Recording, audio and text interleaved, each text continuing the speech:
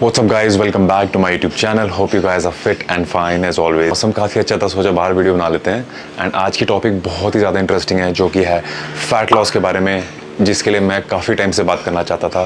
And जैसे कि आप लोग अभी मैं स्क्रीन में दिखा दूंगा कुछ इमेजेस अपनी, जब मैंने अपना ट्रांसफॉर्मेशन स्टार्ट किया था एंड मैंने सोचा था कि अब मुझे वेट कट करना है और मुझे फैट लॉस करना है।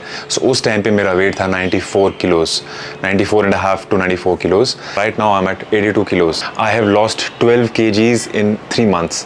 एंड वो उस टाइम पे आई थिंक दिसंबर था एंड दिसंबर 2022 मैंने सोचा था कि अब से मैं फैट लॉस करूँगा।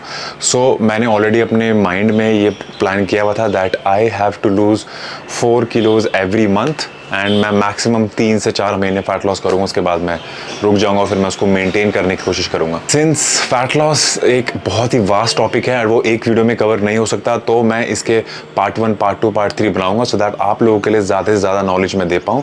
जितना भी मुझे एक्सपीरियंस है, जितना मैंने इस एक्सपीरियंस गेन किया है अपने ट्रांसफॉर्मेशन में, this is the second time that I have transform my self. So बात करें सबसे की चीज़ की, जो कि है number 1, I will start with your maintenance calories and उसमें से आपको कितनी कैलोरीज कम करनी चाहिए to start your fat loss journey.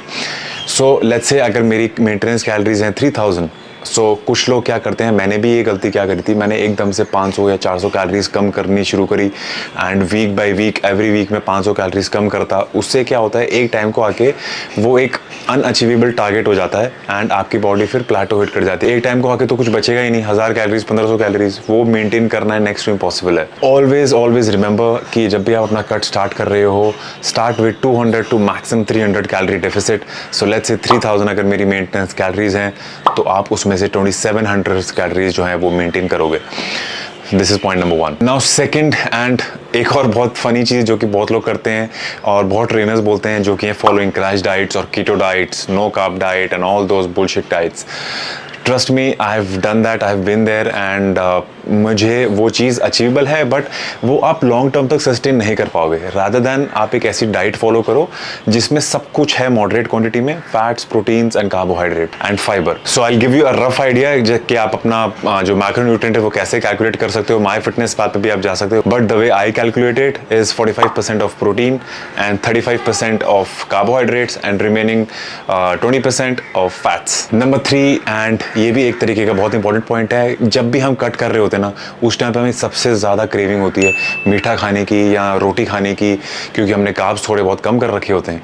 But उस चीज़ को आप अवॉइड कर सकते हो 101%। How is adding salad before your meal. Let's say मैं अपना लंच करने वाला हूँ अभी हाफ एन आवर बाद या 1 घंटे बाद, तो मैं अपने लंच के आधे घंटे पहले just try to have a bowl of salad, lettuce, capsicum, tomatoes, onion, broccoli, beans, XYZ जो भी है, जितना भी डाल सकते हो, और उसके ऊपर एक लो फैट सॉस कोई भी डाल दो जिससे कि थोड़ा वो टेस्टी बन जाए। तो बेसिकली उससे होगा क्या कि आपकी जो क्रेविंग है ना, वो जब भी आप वो कंज्यूम करोगे सैलड, तो आपकी जो आधी क्रेविंग तो आपकी वहीं से खत्म हो जाएगी, क्योंकि आपके स्टमक में फूड पहुंच चुका है।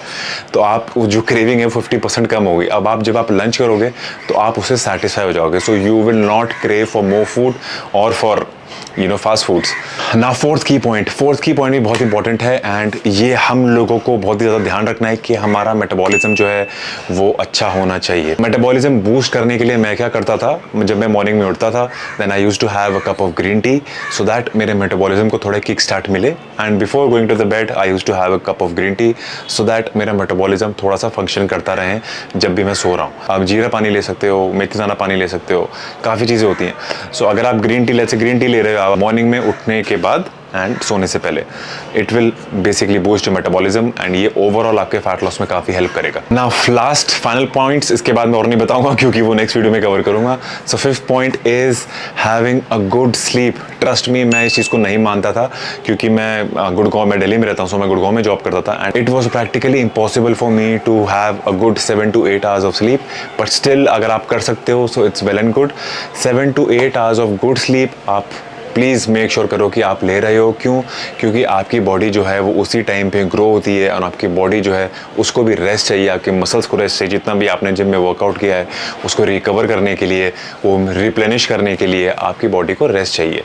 एक बार आप 7 to 8 hours of good sleep लेके देखो for couple of months and you will feel the difference. आपकी बॉडी भी फ्रेश रहेगी, आप जिम में अच्छे से वर्कआउट कर पाओगे, कॉन्सेंट्रेट कर पाओगे, अपने काम में ध्यान दे पाओगे.